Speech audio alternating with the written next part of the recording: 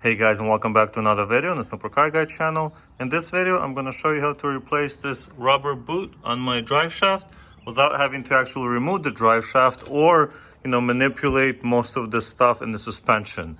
Now, I haven't really seen these boots in US, but they seem to be readily available in Europe. So I ordered one on Amazon and it only took about 10 days to get here, even during this pandemic. So, it's not too much of a deal to order it. It was about $40 for two because I'm going to be replacing the other side as well. And let me show you how this works and how to get it replaced in under 10 minutes instead of having to spend hours, taking all of this apart and then reassembling. Of course, if you hear a knock or any other noise coming from the drive shaft, it's probably a good idea to just replace the entire thing. But mine seems to be driving fine. It's just that the boots are worn and leaking the grease out. So I want to take those out, replace the grease, or clean them out, replace the grease, and put a new boot on. I don't think it's necessary to replace this entire drive shaft just because the rubber part has worn off. So let's get to it and see how long it takes to get this done.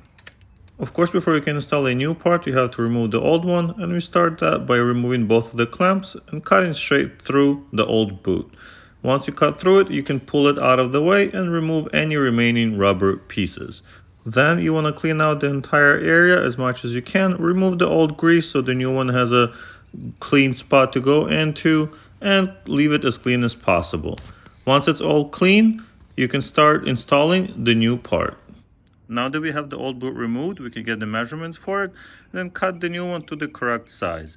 As an example, the one that goes around the drive shaft, you can see that the smallest one here on the new part is actually too small. It will go over it.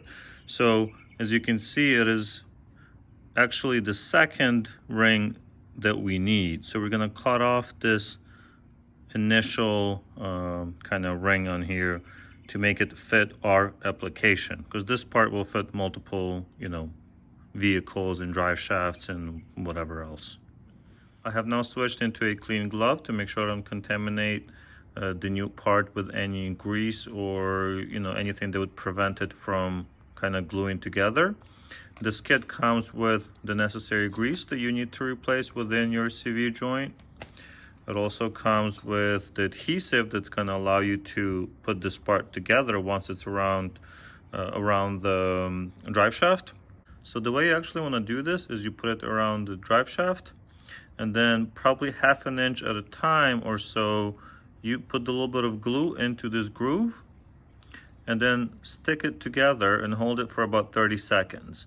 Once that part is more or less dry, you move on to the next part, and then you do the next part, and then you do the next part, and then you do the next part until it's completely sealed together.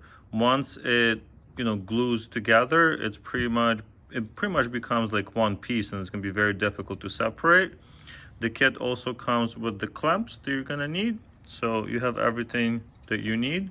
Let's get to the actual part on the car and get it done.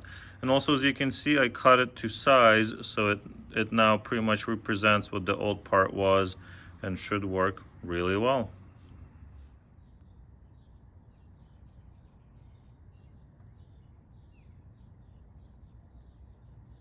That took only a second and it's actually already holding.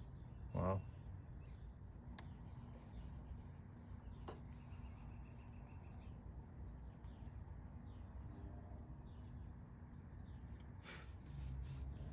Okay, that part's also glued.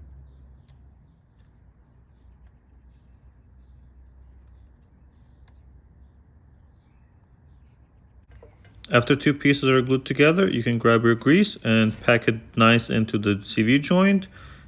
Pack as much as you can. I use my finger because it seemed like the easiest way to do so, and I rotate it in order to get it in all of the crevices within there.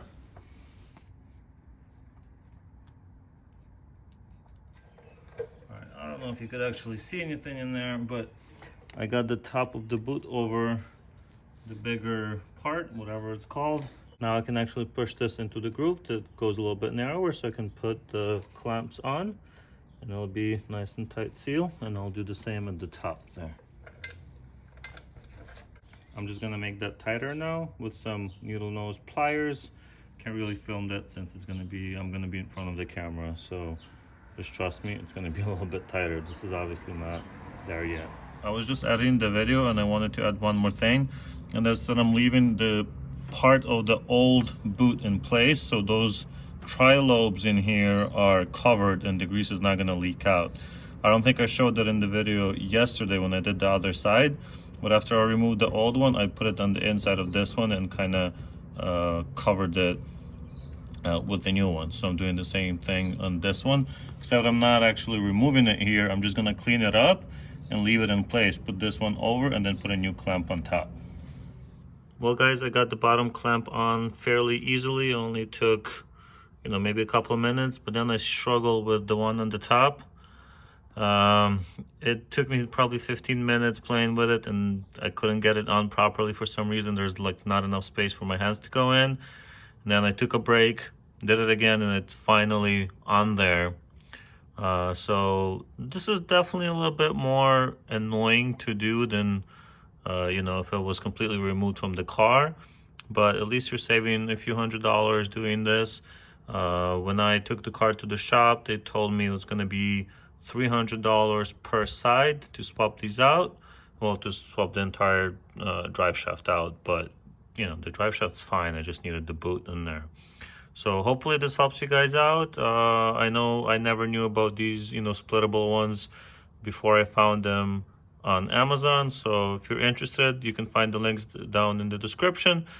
Thank you guys so much for watching. I really hope it helped you out. Don't forget to comment, like, subscribe to the channel, and I'll see you in the next one.